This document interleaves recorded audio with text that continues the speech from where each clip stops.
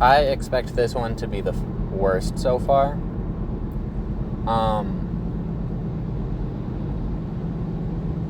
So I want to experiment in a few different ways. I'm just going to lay my phone down in my lap because I'm thinking there's a ton of low bass noises in the audio, and I keep having to go into an audio mixer and just deafen the low tones, which makes my voice sound a little unnatural. I kind of like my voice sounding that way, but it's not how I actually sound. And you can still hear the car, so I'm thinking if it's in my lap, I'm a nice, soft, cushiony person. I have cloth clothing that'll dampen the sound, and a meat. So, maybe better audio quality on my lap. The other thing that I want to try is rambling for the full drive, not just like a 15-minute thing and then closing it when I feel done. So this will have probably more dead space and a lot less relevance. Next reason why this will probably be the worst: the roads are really icy right now. So I didn't record in the morning. I'm driving home right now. I had to focus on the road in the morning, but by now I figured the roads have probably been salted and treated well enough that it doesn't actually matter. If I'm wrong about that, then this will be a short recording, and I'll just see how the phone being in my lap works out. And that's fine. It's okay to be an incomplete episode for a character I don't care about, for an area of the world that's really underexplored. Who gives a fuck? I was thinking about this character earlier today while I was working.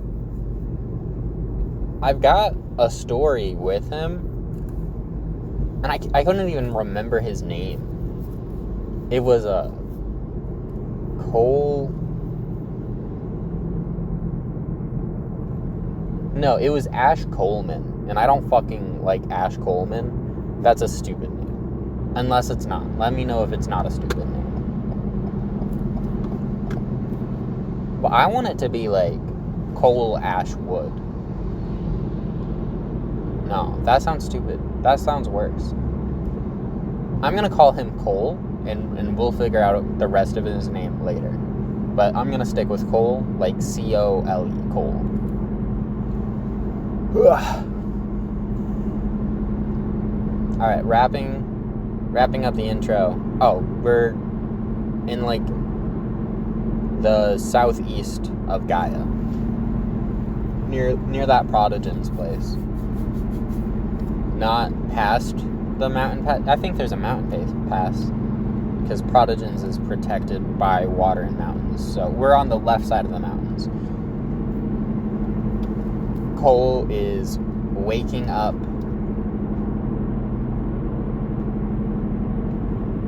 Okay. I remember. Oh, one last thing. I think that I should start thinking about these episodes before I go into them, just so I have more of a plan than, okay, here's what we're gonna do. I think I should make a little written down note where I write down the names of anyone that I think I'll mention, and then the name of anything that I'm going to refer to.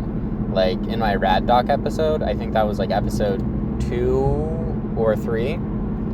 Definitely 3.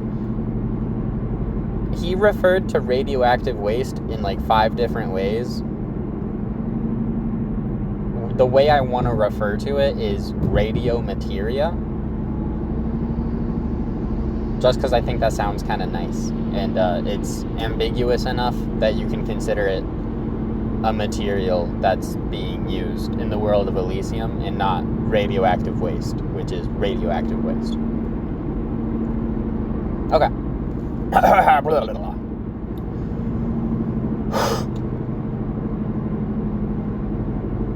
Hey, get back, watch out. That thing's fucking moving. And, what the fuck is it? What do you think it is? We're digging up graves. It's a fucking grave, you Numbskull. Okay, I'm dropping the voices immediately. I don't want to do voices. Actually, this is going to be a third-person episode. I'm not doing fucking character writing at all. This is my... Fuck off. Now I'm mad. You pissed me off. I'm sorry for lashing out at you. Cole has been dead for 100 years. Right now, it's nighttime in the desert of Gaia, outside of a small hut. Not hut, village. There are 2 grave robbers digging around for any valuables that might have been buried with the dead. They come across Cole in his grave when they slam the shovel down into the sand, searching for coffins, and hear a grunt. Cole is startled awake by this and starts screaming as he realizes he is under the dirt, suffocating. He claws his way out, pulls himself up, and the 2 grave robbers are on the other side of the fucking, cemetery. It's a small one. Huddled by a fence. And they're like, "Stay back, demon." And Cole is like, "What? You stabbed me."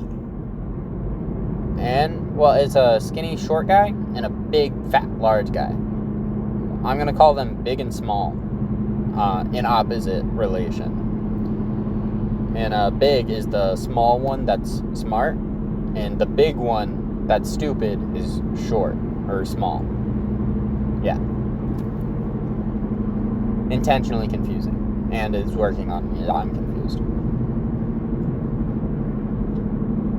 Quiet down, small. He might be another one of those fucking Valiers. I told you I don't understand what the fuck that means. What is a Valier? You know, the undecaying. That bitch.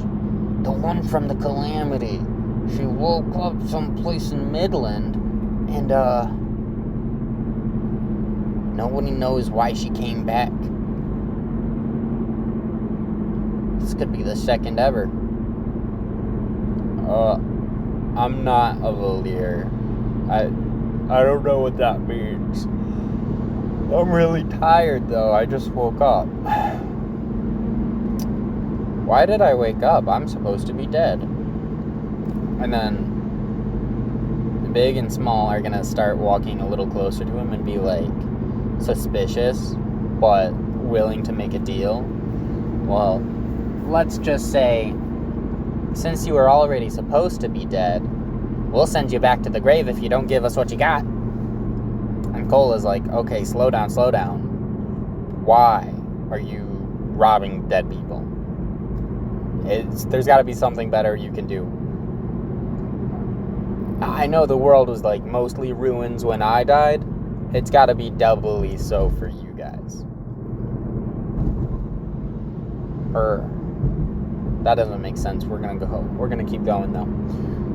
And, Big is like, wise guy. I don't know if you've noticed, but, a lot of people like to be buried with their valuables, and, they don't fight back. It's a lot easier to steal a watch from a dead guy than from a guy with a knife. So, we're digging up graves, because that's a perfectly normal thing to do. Thank you very much.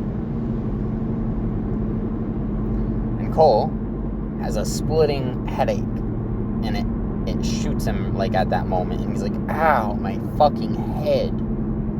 I think you guys are giving me a migraine. And that's when Small was like, hey, don't look at us, we just got here.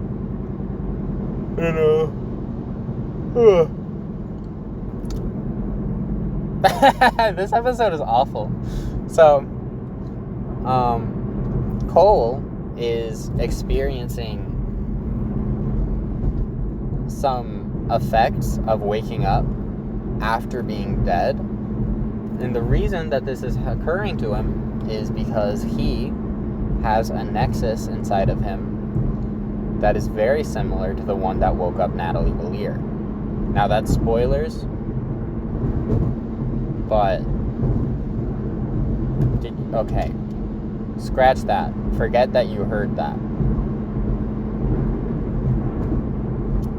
He woke up from the dead and no one knows why, but he has a nexus in him, right? And a nexus is a collection of cells from the aether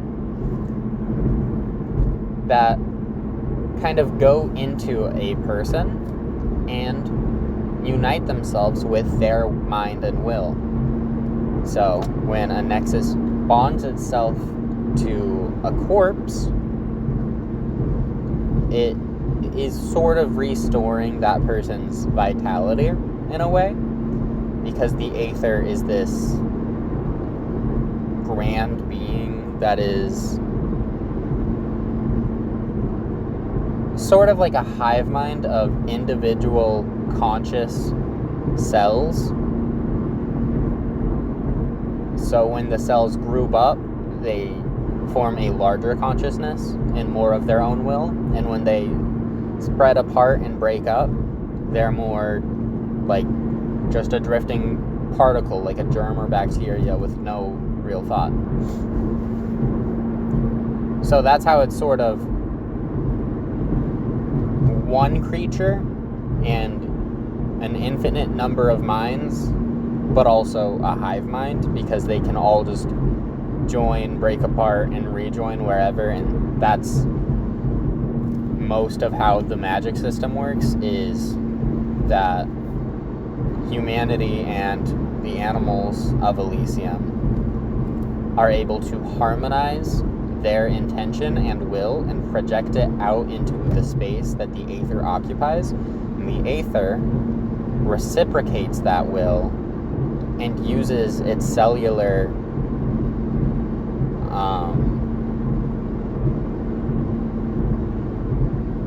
capabilities to operate on a very small molecular to atomic scale and affect the world in very minute, specific ways, or larger ways, using more cells. It's very versatile. It's a biological magic system. And it doesn't make the most sense, but like it kind of does. It's just hard for me to explain right now while I'm driving. Like even the atomic thing, the world of Elysium runs on its own physics, which is standard atomic theory, but resorted out. Like it's not atoms and molecules. It's torids, strings, and bearings. And I'm gonna have to explain that later. Basically, oh shit, I completely lost the plot.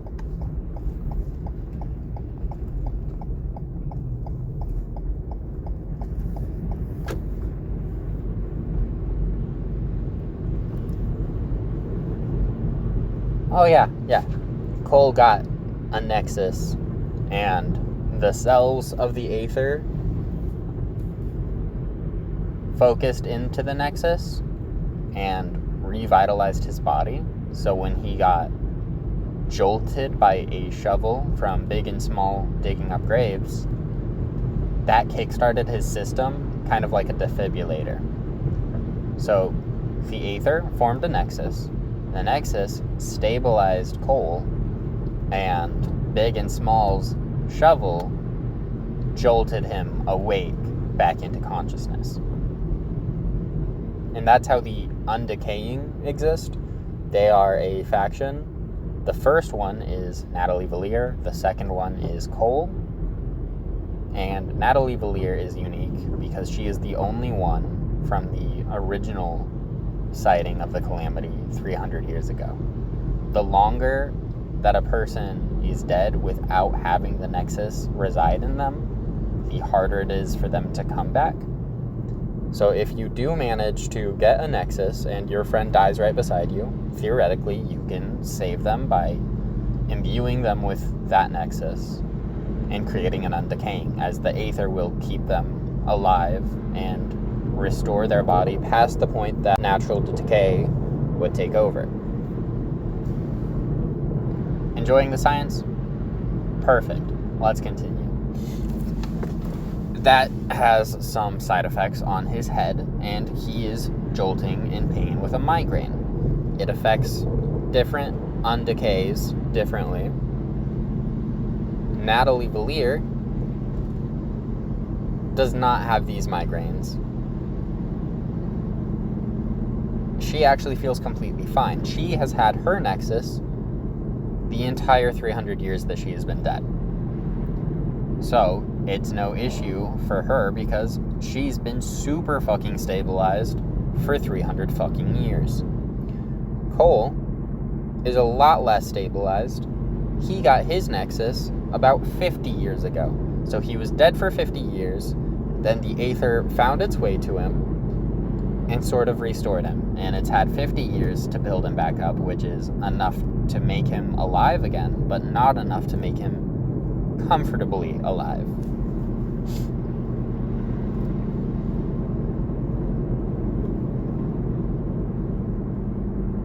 Well, Cole is super thrown off by everything. And he just says, I just need a minute. And he throws out his arms and makes a pushing motion. And Small, who's holding the shovel, feels it jolt in his arms.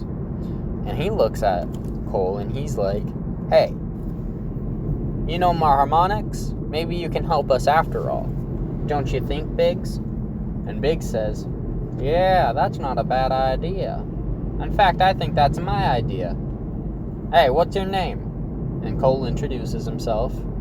And Big and Small kind of give each other a look and say, well, we think we might be able to get some use out of you. See, we ain't got too many harmonic practitioners here in this area. And that's why it's even so hard for us to say it. We're not familiar with all that voodoo magic shit with the Aether.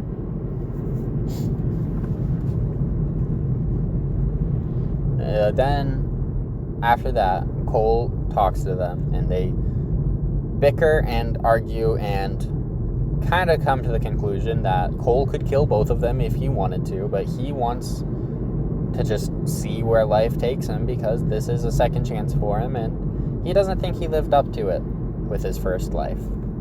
Big and Small want to take advantage of him, and they're like, well, if you're willing to be taken advantage of, we're gonna take advantage of you.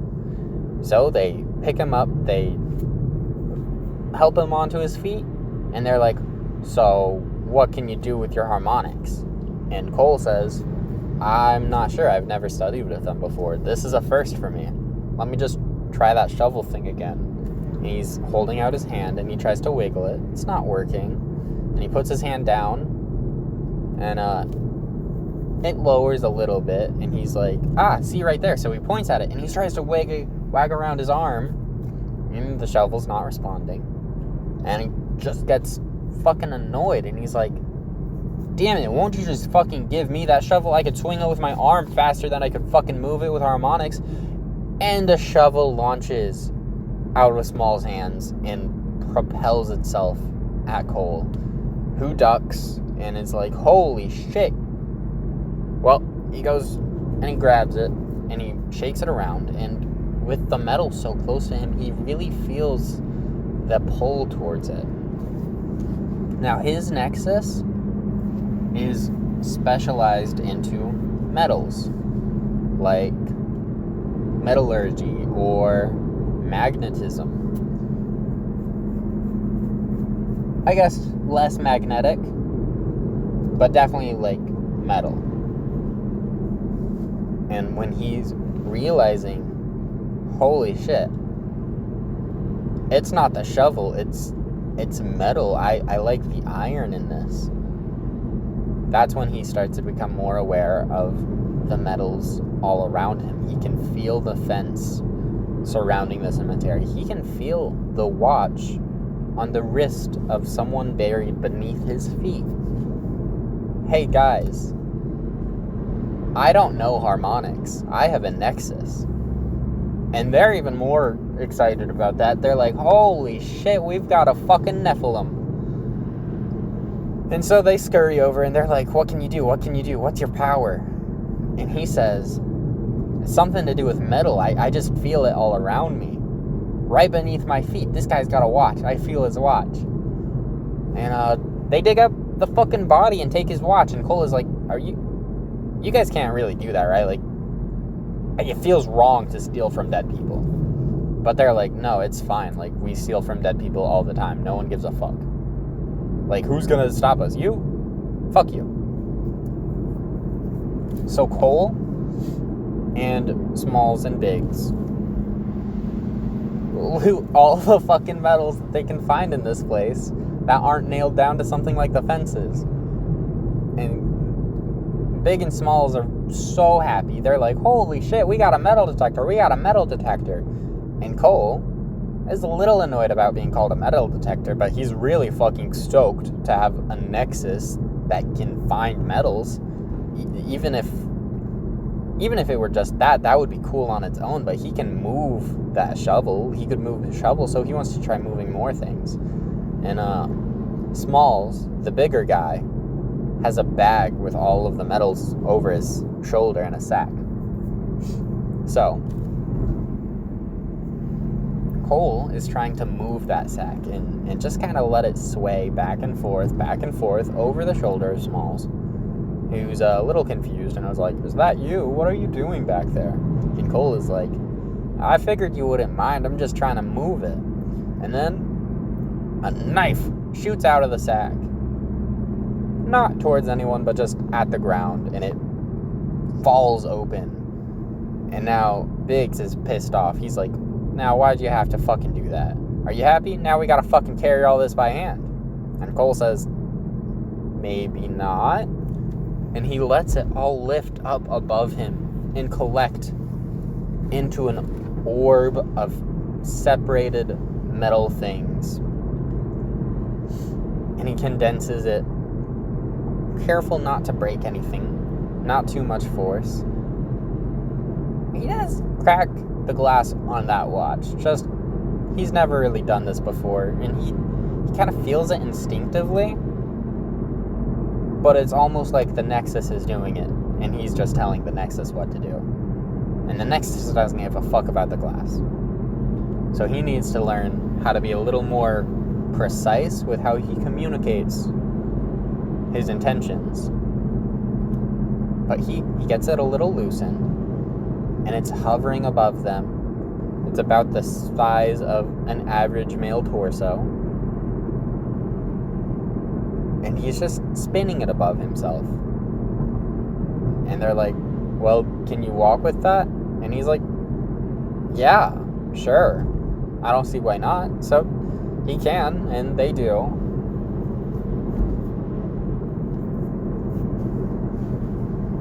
Smalls sneezes.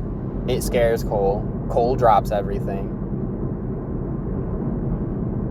Biggs gets annoyed and is like, you fucking dumbass, we should have just carried it. We could have tied the sack up a little bit. And Cole was like, hey, it was just a fucking sneeze. I just dropped a few things. They're fine. It's not like the rest was glass. So, he picks it up. He carries it with him. And they get to a small town. Now, at this town, Biggs and Smalls are like, now you gotta be all hush-hush. I don't like the sheriff around here, and the sheriff around here don't like me either. But we got a little place that we can put this. And they take him to a little cellar underneath what looks like the tavern. And that's where they're keeping their little stash. Biggs and Smalls want to sell this stuff when they get the chance. But they can't sell all of it at once or it'll look suspicious and people ask where they got it. So, they all crash there for the night. So that's where Big and Smalls live, and Cole figures he's probably homeless. Because, what's it been like? 100 years, if his house is still standing, it's probably occupied already. In the morning, Cole sees that Big and Small's left without him. They have a little note that just says, "Gone out for more. Can't bring you along, Mr. Show Off." And Cole laughs. He's just like, alright, sure. And maybe an orb of metals was a little showboaty. I'm not the best at subtlety yet, my bad. But he goes up, leaves the cellar, and he's walking around this town. It's a nice desert town, like an old cowboy movie. And he sees the sheriff, and the sheriff calls out to him, "Ho! How's it?" And he goes, "Ho! How's it? Been a long time since I've heard that." And the sheriff tucks her chin down to her chest and goes, "Really? You've heard that? Because I don't remember talking to you much." And Cole says, No, not from you. From, Old Man Kane." And now the sheriff is like, "That's my goddamn grandfather who died 60 fucking years ago. Or like 150 fucking years ago." And Cole is like, "Oh yeah, I'm pretty old myself." And she doesn't believe him, so she's like, "Prove it." And he's like talking about her fucking grandpa, and they're sharing stories. And it's kind of a sweet moment where this hard and tough lady is hearing about her grandpa from the experience of someone who just knew him on the outside and was kind of like a good friend to him. Now, they are even an age difference between the grandpa and Cole, but Cole was alive at the same time and liked the old man. When he was about 10, the grandpa was about 60. So it's kind of like, you know, boomer shit. So,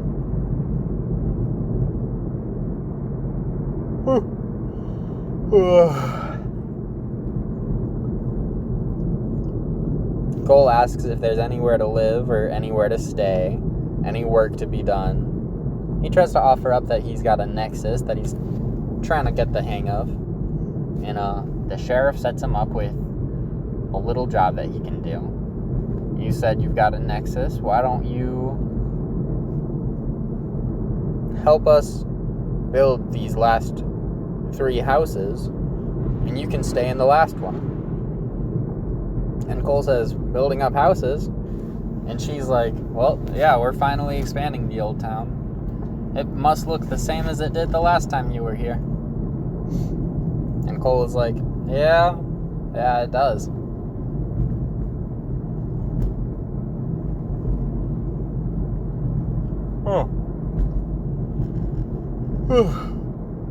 But down past a little ways, he does see some outlines of what'll be houses. Only got the foundation so far, and he says, "How do you want me to help?" And she's like, "Well, you can at least swing a hammer, can't you? Just help us put them together. That's all you seem good for to me." But she nudges him on the shoulder. She doesn't really mean that he's useless or anything like that. Not that much. They just have a friendly, I know some of the people that you know, but I don't know you, sort of acquaintanceship.